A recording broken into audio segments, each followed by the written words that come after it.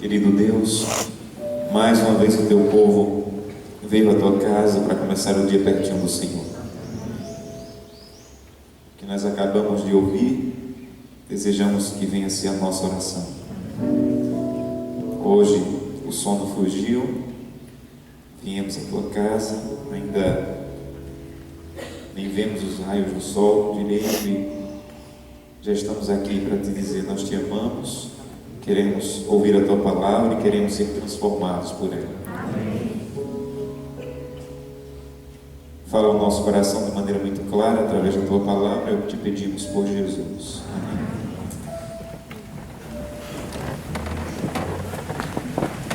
Bom dia, povo de Deus. Ontem nós fizemos um desafio, e o nosso primeiro desafio de mudar alguns hábitos espirituais que temos é o desafio do jejum. Eu pedi para você pensar em um dia que você iria fazer jejum essa semana, ou 2 dias. Quantos aqui pensaram em pelo menos um dia que vão escolher para fazer jejum essa semana? Você já sabe qual é o seu dia. Que bom, Deus seja louvado, uma grande maioria. Se você não escolheu ainda o seu dia para jejum durante esses 10 dias, escolha um dia que você vai reservar de maneira muito especial para estar com Deus. Hoje eu quero convidá-lo, esse é o hábito de ontem, tá? Esse jejum é o hábito que nós escolhemos ontem. O de hoje, eu quero convidá-lo a pensar em algumas pessoas ou alguma pessoa que ora por você. Existe alguém que ora por você, que você sabe que essa pessoa intercede por você? Quantos aqui tem uma pessoa, pelo menos uma pessoa, que você sabe que ela ora por você constantemente? Se você não tem ninguém que você sabe que ora por você, você é um órfão. Então me procure que eu quero adotar você. Não pode uma pessoa viver nessa terra, ser um cristão, sem ter a certeza que alguém ora por ele. Então o desafio de hoje é você ligar para essa pessoa para agradecer e dizer quão importante é a oração dela na sua vida. Talvez seja difícil para você, meio constrangedor, você vai ficar um pouco envergonhado, mas você vai estar dando presente para essa pessoa que é muito importante. Eu tenho algumas pessoas que intercedem por mim, constantemente eu estou ligando para elas para dizer assim: olha, renova o teu compromisso, você está me sustentando em oração. Então eu quero convidá-lo a fazer isso constantemente. Você precisa ter uma rede de pessoas que vão ser a tua proteção espiritual em oração. Então liga para essa pessoa, para essas pessoas hoje ou amanhã e diz: olha, eu quero te agradecer porque eu sei que você ora por mim e eu quero renovar o teu compromisso de continuar orando por mim. Eu preciso, por favor, não me largue em oração. Aceita o desafio? Deus seja louvado. Muito bem. Nós vamos continuar hoje exatamente de onde paramos ontem. Então abra sua Bíblia em Daniel capítulo 3. Daniel capítulo 3.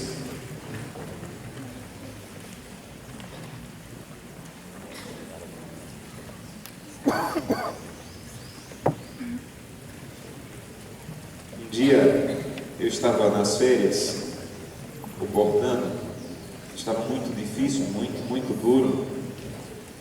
E de madrugada eu acordei para orar, não estava conseguindo ir para lugar nenhum, fazer nada.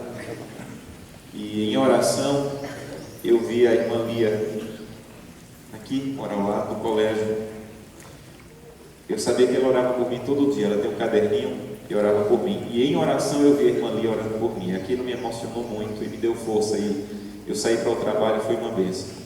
Quando eu cheguei no colégio, eu resolvi escrever uma carta para a irmã Lia, agradecendo a ela e dizendo que eu tinha a visto em oração de madrugada.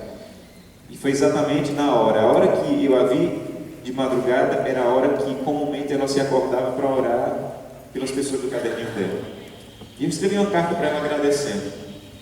E eu vi como foi importante para ela ouvir que era importante orar por outras pessoas. Então, parece que é um presente que a gente dá para quem ora por nós. Então, dê esse presente para as pessoas que oram por você. Daniel capítulo 3. Ontem, eu desejei fazer você se sentir sentado ao lado de Daniel quando ele estava escrevendo o capítulo 3. Eu não sei se eu consegui, mas o meu desejo é que você se sentasse ao lado de Daniel, na sua imaginação, e imaginasse Daniel escrevendo o capítulo 3 e pensando assim: como é que eu vou fazer para escrever esse capítulo e fazer as pessoas entenderem a ênfase que eu quero dar nesse capítulo? Eu queria que você imaginasse Daniel pensando assim: eu vou falar de fornalha, mas eu não posso escrever de uma maneira que eles acham que o principal é a fornalha. Eu vou falar de perseguição, mas eu não posso escrever de um jeito que eles acham que o principal é a perseguição. Eu vou falar de decreto, mas eles não podem ficar olhando para o decreto. Eu vou falar de um rei irado, mas eu não posso, eles não podem ficar pensando só no rei irado. Como é que eu vou fazer para escrever, para que eles entendam a ênfase que eu quero dar? E eu imagino Deus dizendo assim: Daniel, usa o método judaico de literatura, repete. E Daniel diz assim: obrigado, Senhor. Então eu já sei como vou fazer. Eu vou repetir o nome desses meninos 12 vezes. E no capítulo ele repete o nome dos três 12 vezes. Aí ele termina de escrever, eu imagino ele pensando: agora eu acho que eles não vão olhar para esse capítulo e ver outra coisa. Eu acho que quando eles olharem para o capítulo, eles não vão ficar olhando para a perseguição, eles não vão ficar olhando para decreto, eles não vão ficar olhando para a perseguição, para a lei dominical, Não, eu acho que quando eles olharem para esse capítulo, eles vão entender o que eu quero dizer. Eu quero que eles olhem para a vida desses meninos. Esse é o principal que eu quero escrever. Mas infelizmente ainda tem gente que olha para o capítulo e fica vendo só perseguição, decreto, união dos poderes. E imagina Daniel dizendo: não, para! Você acha que eu repeti o nome desses meninos 12 vezes porque eu não tinha o que fazer com a tinta da minha caneta? Você acha que eu repeti tanto porque eu não tinha o que escrever? Não! Para de olhar para cá e começa a olhar para o objetivo. Toda a profecia bíblica, ela foi escrita com um propósito. O escritor bíblico escreveu para te fazer não olhar perseguição, decreto, mas olhar para o centro, que são pessoas fiéis e como essas pessoas devem viver para enfrentar as profecias. Mas infelizmente ainda hoje as pessoas só buscam a profecia de maneira especulativa, de maneira assustadora, de maneira fora do contexto. Eu lembro quando eu era adolescente, na cidade onde eu morava, houve uma vigília, e a pessoa que estava dirigindo a vigília ia falar sobre a perseguição. E essa pessoa, que eu não lembro bem, ainda bem quem era, passou a noite inteira falando de perseguição. E falou de maneira tão assustadora, de fugir, de se esconder. Ele falou até das urtigas que a gente tinha que enfrentar, subindo o mato aí nas serras para se esconder. E das armas. E ele falou de maneira tão assustadora que minha irmã passou 3 dias sem dormir. Literalmente 3 dias assustada, apavorada, sem dormir. Porque ele enfatizou o lado errado da perseguição. A perseguição não fala de urtiga, a perseguição não fala de sofrimento, a perseguição fala de amparo, de cuidado, de proteção. Para você comer hoje, ou você trabalhou, ou alguém está trabalhando para poder pagar para você comer no refeitório. Na perseguição, os anjos vão trazer comida para você. Vai ser melhor do que hoje. Você só come hoje se trabalhar ou alguém trabalhar. Na perseguição você não vai trabalhar, os anjos vão te alimentar. Você hoje mora num quarto, numa casa que, por mais bonita que venha a ser, não é um palácio. Na perseguição, o Espírito de Profecia diz no livro Grande Conflito que os servos de Deus que chegarem a ser presos, o lugar em que eles estiverem vai ser iluminado pela presença dos anjos e vai parecer um palácio. Você já morou no palácio, na perseguição você vai morar. Então, a verdadeira ênfase da profecia bíblica em todos os aspectos, não apenas na perseguição, não é dor, sofrimento, perigo, é livramento, cuidado, amparo. Entendam? Esse é o objetivo. O objetivo da escatologia bíblica, da profecia bíblica, não é Deus meter medo em você, mas é te avisar que chegou o tempo para você ter uma comunhão mais estreita com Ele. O objetivo da profecia bíblica não é descobrir que nós estamos perto do fim, é descobrir se nós estamos perto dele. Porque não adianta de nada você saber provar por datas, por profecias que está perto do fim, se você ainda não está perto dele. Então ontem eu queria te fazer entender que o arauto da loucura é o medo. O medo é o arauto da loucura. Se enfatiza medo na profecia, já está anunciando a loucura. Segunda coisa que eu tentei fazer você entender ontem é que mais importante do que entender como os meninos conseguiram ser fiéis na fornalha é entender quando eles decidiram ser fiéis. Ontem nós estudamos que a fidelidade não nasceu no caminho da fornalha. Eles já tinham decidido bem antes que eles seriam fiéis. Então entenda, hoje você está determinando quem você vai ser nos últimos dias. Não é quando a perseguição começar, não é quando o decreto for assinado. É hoje que você está determinando quais decisões você vai tomar lá. E o terceiro ponto, que é onde eu quero me deter mais um pouco hoje, é exatamente como eles conseguiram ser fiéis. Se a decisão que eles haviam tomado já havia sido tomada bem antes, como então eles conseguiram permanecer fiéis? O capítulo 3, além de falar muito dos meninos, ele tem uma outra ênfase. Ele faz um contraste entre a religião de Nabucodonosor e a religião dos meninos. Esse livro, ele é matemático, é fantástico estudar a fundo. Eu desafio você a estudar a fundo esse livro. Esse livro, ele tem palavras que elas são colocadas em paralelo uma com a outra. Daniel dizendo assim, olha essa palavra, depois olha essa, e você vai entender o que eu quero dizer. E um dos objetivos do capítulo 3 é fazer um contraste entre a maneira como Nabucodonosor adorava a Deus e a maneira como os meninos adoravam a Deus. É como se fosse a religião de Nabucodonosor e a religião dos 3 jovens, a religião de um servo de Deus e a religião de um homem ímpio. Então é como se fosse a teologia de Nabucodonosor e a teologia dos 3 jovens. E sabe, infelizmente muitos de nós temos uma religião mais parecida com a de Nabucodonosor do que com a religião dos 3 meninos. Por exemplo, veja o versículo 14. O versículo 14, capítulo 3, verso 14, diz assim: falou Nabucodonosor e disse: é verdade, ó Sadraque, Mesaque e Abdenego, que vós não servis aos meus deuses, nem adorais a imagem de ouro que levantei? Agora você tem que ir para o versículo 17.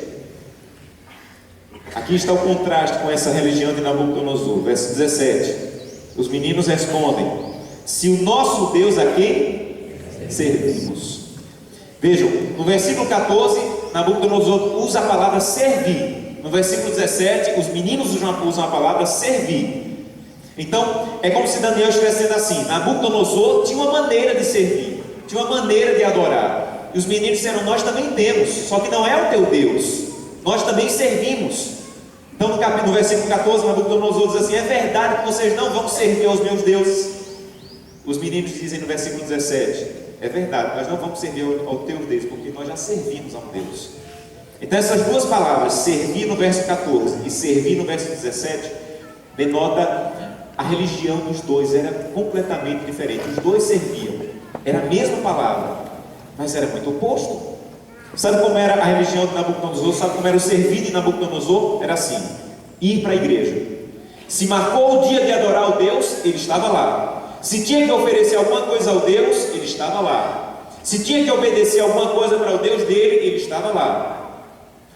A religião de Nabucodonosor era institucionalizada.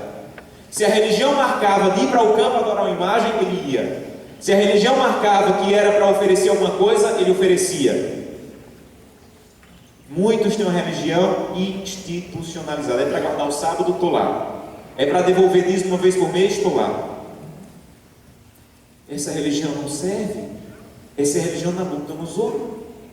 A religião dos meninos, ela não dependia de igreja, porque eles não tinham igreja. Ela não dependia de pastor, porque eles não tinham pastor. Ela não dependia de um livro de doutrinas da igreja, porque eles não tinham livros de doutrina da igreja. A religião dos meninos era uma religião, o servir dos meninos era um servir de relacionamento. Me deixa colocar isso de outra maneira.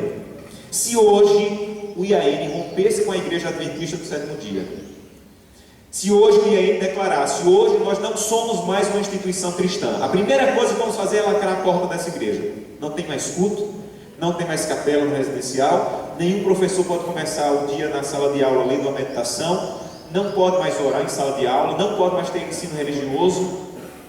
Se hoje o IAN rompesse com tudo, o que sobraria da sua religião? O que sobraria dos teus hábitos espirituais? Se tudo que você tem de Deus é o que a igreja te oferece, o que a instituição oferece, a tua religião é igual a de Nabucodonosor, porque era assim a religião dele. Tudo que ele tinha de religião era o que a instituição oferecia. Ele não tinha relacionamento, os meninos não tinham instituição, eles tinham Jesus. Entenda, tudo que a igreja te oferece é uma sobremesa espiritual. Uma bonita semana de oração que vocês vão ter daqui a alguns dias é uma sobremesa espiritual. 10 dias de oração é uma sobremesa espiritual. O verdadeiro banquete espiritual é só você e Jesus de madrugada, com a Bíblia aberta e o joelho no chão. Ali está o banquete. Mas talvez muitos de vocês estão vivendo só das sobremesas que você recebe da instituição. E você pode até ficar vivo comendo sobremesa, mas você vai ficar doente.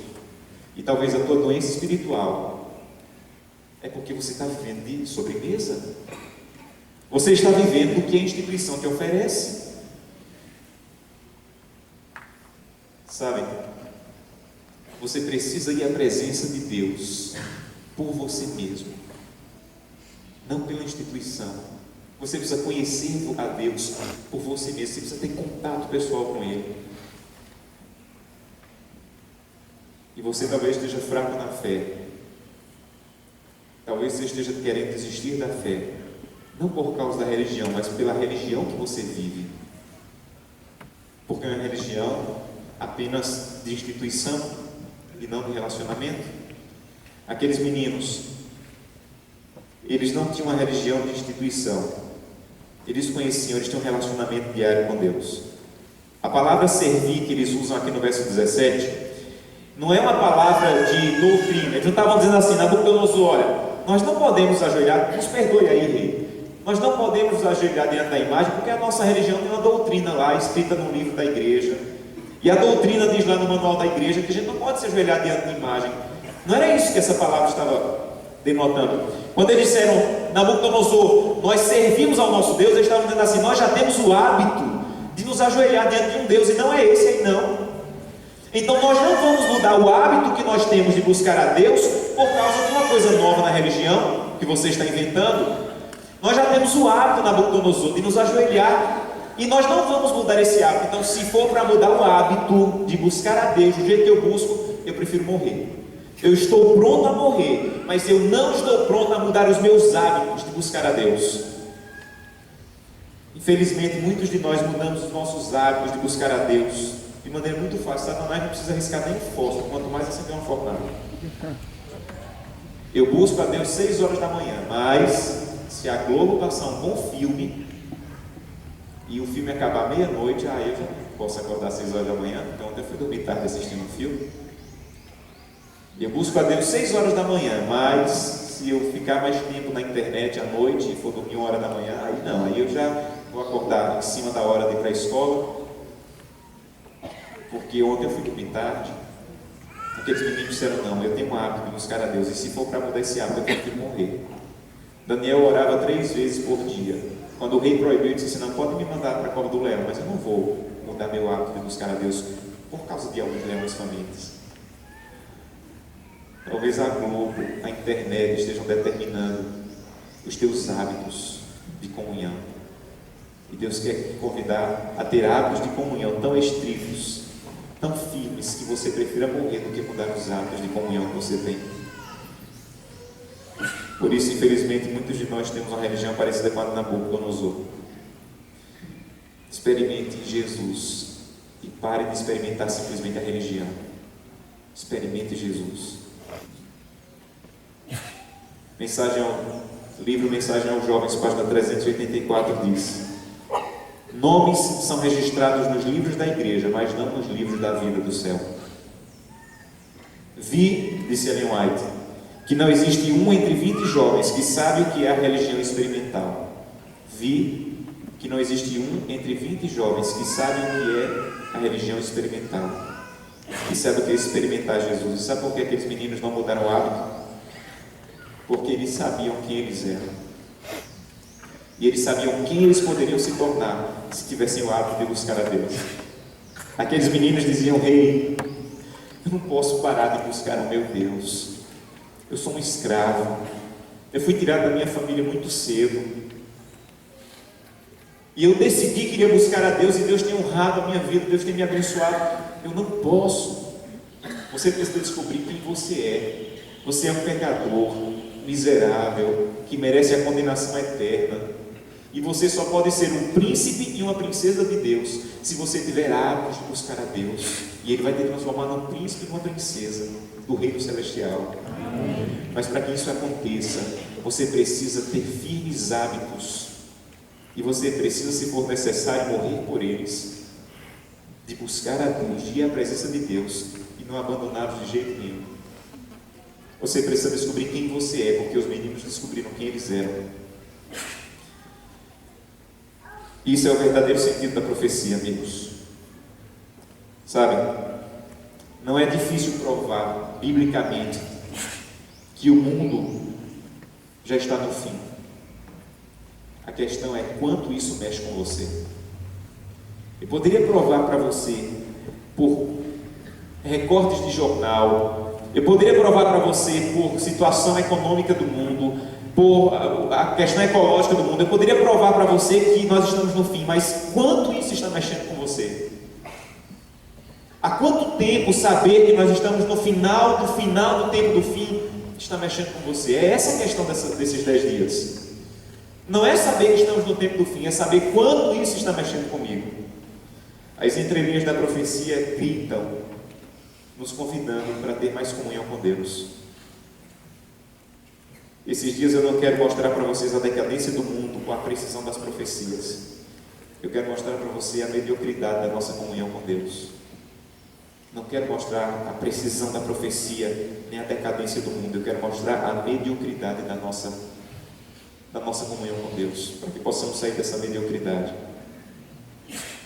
O segundo contraste da religião de Nabucodonosor com a dos meninos está descrita no verso 15. Olha como era a religião de Nabucodonosor. Verso 15. Agora, pois, estáis dispostos, e quando ouvirdes o som da trombeta, do pífaro, da cítara, da harpa, do saltério, da gaita de foles, prostrar-vos-ei e adorei a imagem que fiz. Porém, se não adorardes, serei no mesmo instante lançados na fornalha de fogo ardente. E quem é o Deus que vos poderá livrar das minhas mãos? E os meninos respondem no verso 16. Responderam Sadraque, Mesaque e Abdenego ao rei: ó Nabucodonosor, quanto a isto, nem precisamos te responder. Se o nosso Deus, a quem servirmos, quiser livrar-nos, Ele nos livrará da fornalha do fogo ardente e das tuas mãos, ó rei. Aqui está um outro contraste. Nabucodonosor disse assim: olha, eu vou dar outra chance. Eu não devia não, mas eu vou dar outra chance. Vou mandar tocar tudo de novo. E quando tocar tudo de novo, eu quero ver se vocês não vão se ajoelhar. Acho que vocês não entenderam, acho que vocês não ouviram, mas eu vou dar outra chance. Vou tocar tudo de novo. Mas se vocês não ajoelharem, quem é o Deus que vai livrá-los? Aqui está a religião de Nabucodonosor. Deus só serve para livrar. Se Deus não livra, não serve para ser Deus. Nabucodonosor diz assim: olha, Deus não vai se envolver com isso não. Vocês vão morrer. Deus não vai se envolver com isso. Deus não vai aparecer e livrá-los. A fornalha já está acesa. E se Deus não aparece e não livra, não serve para ser Deus. E os meninos disseram: não, essa é a sua religião. A minha religião é: Deus se envolve sim, com tudo. Ele está aqui agora. Se Ele quiser nos livrar, Ele pode. Nós não servimos a Deus porque Ele vai nos livrar. Mas se Ele quiser nos livrar, Ele pode, porque o meu Deus se envolve com tudo. Aqui está uma tragédia do cristianismo. É um Deus que só funciona no sábado de manhã na igreja. Deus se envolve com tudo. O teu Deus precisa estar além dessas portas. E Ele precisa se envolver com tudo na tua vida. Eu louvo a Deus porque eu aprendi isso muito cedo. Um dia eu disse: Deus, eu não quero ficar batendo a cabeça aí namorando. e terminando namoro, e ferido e sendo ferido. Eu quero encontrar uma esposa, e eu quero que o Senhor me ajude. E eu estava no Recife, concordando uma das férias, e eu li a história de Isaac. No livro Patriarcas e Profetas, eu desafio você a ler um capítulo lá, Isaac, Patriarcas e Profetas. E nesse capítulo, Ellen White diz que Isaac sabia que o pai dele era tão amigo de Deus que disse assim: pai, eu não vou procurar ninguém para casar, o Senhor vai procurar. Eu confio tanto na tua amizade com Deus que eu não quero procurar ninguém para casar, eu quero que o Senhor procure. E esperou, e deixou Abraão procurar uma esposa para ele. Só que deu 15 anos, não apareceu ninguém, 20 anos ninguém, 30 anos ninguém, 35 anos ninguém, 40 anos foi que o pai se animou para ir buscar uma esposa para ele. Mas quando veio a esposa, foi um dos casamentos mais bonitos do Antigo Testamento. E eu disse: Deus, é esse aqui que eu quero. Mas eu não quero esperar até 40 anos, não, Senhor. Me ajuda, Senhor. E naquele mesmo dia que eu orei de madrugada, eu fui almoçar no shopping Recife, um dos maiores shoppings da América do Sul. E quando eu estava subindo a escada rolante, eu dei de cara com um pastor chamado Jaci, que havia sido meu pastor. Bati com ele assim, terminou a escada rolante, bati de cara com ele. E ele disse: Josanã, você aqui? Eu apertei a mão dele, abracei. Ele olhou para mim e disse assim: eu mandei para o colégio a menina que vai ser a sua esposa. Eu disse: Senhor, tão rápido, não estou nem pronto ainda para casar. Mentira, eu não disse isso não. Eu disse: Senhor, muito obrigado. E já peguei o endereço dela aqui no residencial e postei. Fiquei por ali, coisa e tal. Acho que eu não preciso ensinar para vocês, né? Mas se precisar, eu ensino. Namorei, noivei, casei, estou casado há 11 anos e tenho 2 filhos. É gol. Sabe o que é o meu casamento? É porque eu disse: Deus, eu quero que o Senhor se envolva com o meu casamento. Eu quero que o Senhor escolha. Eu não quero um Deus só de púlpito, eu não quero um Deus só de igreja. Eu quero um Deus que me ajude a escolher uma namorada. Eu quero um Deus que, quando eu estiver acessando as páginas na internet à noite, Ele me ajude a escolher quais páginas acessar. Eu quero um Deus que, quando eu estiver baixando músicas para colocar no meu celular, que Ele me escolha a selecionar as músicas. Eu quero um Deus para que, quando eu esteja fazendo a prova e eu não tiver estudado direito, Ele me ajude a olhar só para a minha prova. Eu quero um Deus que, quando eu estiver fazendo feira, Ele me ajude a escolher o que eu vou colocar no meu carrinho de compras e o que eu não vou colocar. Mas a tragédia da religião da Nabucodonosor é que era um Deus que não servia, que não aparecia, que não atuava. E o dos meninos: não. O meu Deus aparece, atua, está aqui. E se Ele quiser entrar, Ele pode. Nós sabemos que Ele pode, porque Ele se envolve com tudo na Nabucodonosor. E o Deus do calor e do frio, diz Ellen White, apareceu naquele dia e fez com que a fornalha perdesse o seu poder de queimar. O Deus, o Senhor do calor e do frio, apareceu naquele dia e fez com que a fornalha perdesse o seu calor de queimar. Se você conhecer esse Deus, Ele vai influenciar na tua vida, no teu futuro, nas tuas escolhas, porque Ele quer se envolver com tudo. Essa é a religião dos meninos. E o terceiro contraste, e com esse eu termino, da religião de Nabucodonosor e da religião dos meninos. Verso 25. E aqui me chama muita atenção. Tornou Nabucodonosor e disse: eu, porém, vejo 4 homens soltos que andam passeando dentro da fornalha de fogo, sem nenhum dano. E o aspecto do quarto é semelhante ao filho dos deuses. Verso 26. Então se chegou Nabucodonosor à porta da fornalha sobre veneno acesa, falou e disse: Sadraque, Mesaque e Abdenego, servos do Deus Altíssimo, saí e vinde. Então Sadraque, Mesaque e Abdenego saíram do meio do fogo. Aqui está o contraste. Sabe como era a religião dos meninos? Eles andaram com Jesus. Amém. Gente, eu vou perguntar muita coisa no céu, mas uma coisa que eu vou perguntar é o que eles conversaram dentro daquela fornalha. Mas acho que deve ter sido muito emocionante. Sabe qual era a religião dos meninos? Era de ter um contato tão íntimo que o próprio Jesus veio. E eles andaram com Ele, eles passearam com Ele. Esse Deus existe, gente. Amém. Esse Deus que quer entrar no teu quarto de madrugada e quer fazer você se emocionar, sentindo que Ele está ali do teu lado. Esse Deus existe, Ele está vivo ainda. Esse Deus que quando você estiver andando por aqui, você vai se emocionar dizendo: meu Deus, estou sentindo o Senhor muito pertinho. Ele existe, Ele está vivo ainda. Mas sabe como era a religião de Nabucodonosor? Nabucodonosor viu que dentro da fornalha tinha alguém celestial. Nabucodonosor, ele percebeu que algo sobrenatural estava acontecendo, mas quando ele chegou na porta da fornalha, ele disse assim: Sadraque, Mesaque e Abednego, venham. Mas não tinham só 3 dentro da fornalha não, gente, tinham 4. Nabucodonosor disse assim: alguma coisa sobrenatural está acontecendo, mas é para eles 3, não é para mim não. Ele não deveria ter chamado só 3, porque na fornalha não tinham só 3, ele deveria ter chamado 4. Ele devia ter dito assim: Nabucodonosor, Sadraque, Mesaque e Abednego, venham, mas por favor tragam esse quarto, eu quero conhecê-lo. Eu quero me ajoelhar aos pés dele, eu quero beijá-lo, eu quero abraçá-lo, eu quero entregar minha vida para ele. Mas quando ele chegou na porta da fornalha, ele ficou só na porta da fornalha e disse: venham vocês 3, a experiência com vocês é linda, que coisa boa, que maravilhoso. Vou até fazer um decreto para que todo mundo sirva o Deus de vocês, mas eu não. Eu não quero me envolver na experiência de vocês. Talvez você esteja aqui porque o teu pai queria que você viesse para ter uma experiência espiritual que você não tem. É a experiência do teu pai. Você está só na porta da fornalha vendo alguma coisa acontecer, mas nunca sentiu, nunca teve um contato com Jesus. Você está na porta da fornalha vendo que alguma coisa está acontecendo no IAM esses dias, mas é uma experiência que não é sua. Essa madrugada o Espírito Santo me constrangeu a falar uma coisa. Alguma coisa está acontecendo no IAM nesses dias. E talvez vocês, professores, funcionários, que já moram aqui há muito tempo, possam estar pensando: é mais uma onda que está passando pelo IAM. Não pense assim. Talvez você que mora aí no externado e já mora aqui há muito tempo e já assistiu 500 semanas de oração, esteja pensando: é mais uma onda que está passando no IAM. Não pense assim.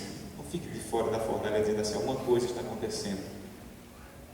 Eu creio que se Nabucodonosor tivesse dito: por favor, traga um quarto, eu preciso conhecer, Jesus tinha saído da fornalha e tinha falado com Nabucodonosor. Se não naquele dia, mas em algum momento, ele teria tido encontro dele.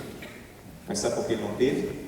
Porque ele viu que algo estava acontecendo, mas ele não se envolveu com aquilo. Então, o terceiro contraste da religião dos dois é você ficar na porta da fornalha, vendo o que está acontecendo, mas não se envolver. Padre Zezinho um dia disse assim: há muitos jovens vazios, porque há poucos adultos transbordando. Há muitos jovens vazios, porque há poucos adultos transbordando. Essa instituição está precisando de mais homens e mulheres que transbordem, que entrem na fornalha, que experimentem, que vivam, que se envolvam. Não que fiquem na porta vendo alguma coisa extraordinária acontecendo. O cristianismo deve muito a homens e mulheres que não ficaram na porta da fornalha. Um dia, um homem chamado Policarpo recebeu o estudo bíblico de João, se eu posso chamar de estudo bíblico, mas ele aceitou Jesus Cristo porque João do Apocalipse pregou para ele. João, que escreveu o Apocalipse, pregou para um homem chamado Policarpo e ele aceitou Jesus Cristo. E quando João morreu, João foi o último discípulo a morrer, a igreja cristã começou a cuidar muito de Policarpo, porque eles queriam preservar Policarpo vivo. Quando os imperadores começaram a perseguir, eles começaram a esconder Policarpo, porque queriam Policarpo vivo, porque Policarpo tinha ouvido João, e João tinha ouvido Jesus. Então Policarpo era a última ligação entre o último discípulo e a nova igreja. Então Policarpo foi escondido de todas as maneiras possíveis. E quando ele tinha 82 anos, ele disse à igreja: eu não vou mais me esconder. Eu já fiz o que tinha que fazer pela igreja. Eu já dei o que eu tinha que dar para a igreja. Eu acho que eu estou mais atrapalhando do que ajudando, então eu não vou mais me esconder. E o imperador soube onde ele estava, mandou um grupo de soldados buscá-lo. Os soldados cercaram a casa e ele abriu a porta e gentilmente disse assim: podem entrar, eu não vou me esconder, eu não vou fugir. E os soldados entraram e ele disse assim: sentem que eu vou preparar uma refeição para vocês. Aqueles soldados que iriam levá-lo para ser queimado, eles sentaram, Policarpo preparou uma refeição, colocou na mão de cada um e disse assim: enquanto vocês comem eu vou orar. E passou 2 horas orando. Quando ele saiu, os historiadores dizem que os soldados ficaram tão constrangidos que disseram a Policarpo: nós não queremos levá-lo para o imperador, ele vai matar você. Policarpo, você não precisa abandonar Jesus, você só precisa acender uma vela para o imperador também. Vejam, na época da perseguição romana, ninguém morria porque adorava Jesus. Se eles adorassem a Jesus e adorassem também o imperador, ninguém tinha morrido. Eles só morriam porque eles diziam: Jesus Cristo é o meu único Senhor. A perseguição não começa para ninguém que adora Jesus, mas também adora a vaidade, o orgulho, o egoísmo, o dinheiro. Satanás só persegue quem diz assim: de hoje por diante, o único Senhor da minha vida é Jesus Cristo. Ele vai mandar na música que eu ouço, na página que eu acesso, na maneira como eu namoro, na maneira como eu como, na maneira como eu acordo, na maneira como eu durmo. Jesus Cristo é o Senhor da minha vida. Aí Satanás se incomoda. Mas Satanás não se incomoda com adventistas que têm Jesus como Senhor e outros senhores no coração. E os soldados disseram assim: olha, acenda uma vela para o imperador e você não morre. E Policarpo disse: eu não posso fazer isso, eu estou servindo a Deus por toda a minha vida. Ele nunca me foi infiel, eu não vou traí-lo agora, eu não vou ser infiel agora, eu estou pronto. E ele foi levado para o procônsul, e o procônsul fez tudo o que pôde para dissuadir Policarpo de seguir Jesus Cristo. E Policarpo olhou para o procônsul e disse assim: você acha que eu não sei quem eu sou? Você está tentando me fazer desistir de quem eu sou? Eu sei quem eu sou um cristão, e se você me der 2 horas, eu vou falar de Jesus, e você também vai se tornar um cristão. E o procônsul ficou com tanta raiva que ele disse assim: eu vou mandar você ser queimado na fogueira. Ele disse assim: pode mandar. O fogo da sua fogueira vai durar 2 horas, mas o fogo do juízo de Deus vai ter consequências eternas. E o procônsul mandou ele para a fogueira. E os historiadores dizem que o fogo demorou a pegar em Policarpo, como que uma prova de que o fogo do juízo de Deus ia ter consequências demoradas. E os historiadores dizem que quando o fogo começou a queimar, o cheiro era como de pão assando, como uma oferta sendo oferecida a Deus. Naquele dia Policarpo morreu por um único motivo, porque ele disse: eu não quero ficar na porta da fornalha, eu quero entrar. Eu não quero ser um espectador do cristianismo, eu quero vivenciar o cristianismo. Eu quero experimentar Jesus. E se eu tiver que entrar na fornalha, eu sei que ele vai entrar comigo, eu vou passear com ele na fornalha. Eu quero convidá-lo a rasgar a tua vida cristã de instituição e começar uma vida cristã de experiência. Experimente Jesus e não a doutrina ou a religião dele. Feche seus olhos, vamos falar com Deus. Querido Pai, mais uma vez eu te peço aquilo que eu não consegui falar, que o teu Santo Espírito complete. Amém, Senhor. Mas que essa manhã, de maneira muito clara, o teu Santo Espírito possa estar dizendo aí com você: você tem uma religião muito parecida com Nabucodonosor. Você está vendo alguma coisa acontecer, mas nada está acontecendo com você. Você sabe que algumas pessoas já tiveram encontros maravilhosos com Jesus, mas você nunca teve. Você ouve dizer que alguém já se emocionou lendo a Bíblia e orando, sentindo a presença de Deus, mas você nunca se emocionou. Você já ouviu dizer que alguém anda e parece que Jesus está andando do lado dele, mas isso não acontece com você até hoje. Mas hoje o Espírito Santo está dizendo para alguns: chega na porta da fornalha e diz assim: eu não quero só ver Sadraque, Mesaque e Abednego, eu quero ver Jesus. Eu quero que ele venha falar comigo. Eu quero que o quarto homem da fornalha venha, porque eu quero conhecer, eu quero abraçar, eu quero viver essa experiência. Ajuda-nos, Senhor, a viver essa experiência em nome de Jesus. Deus te abençoe.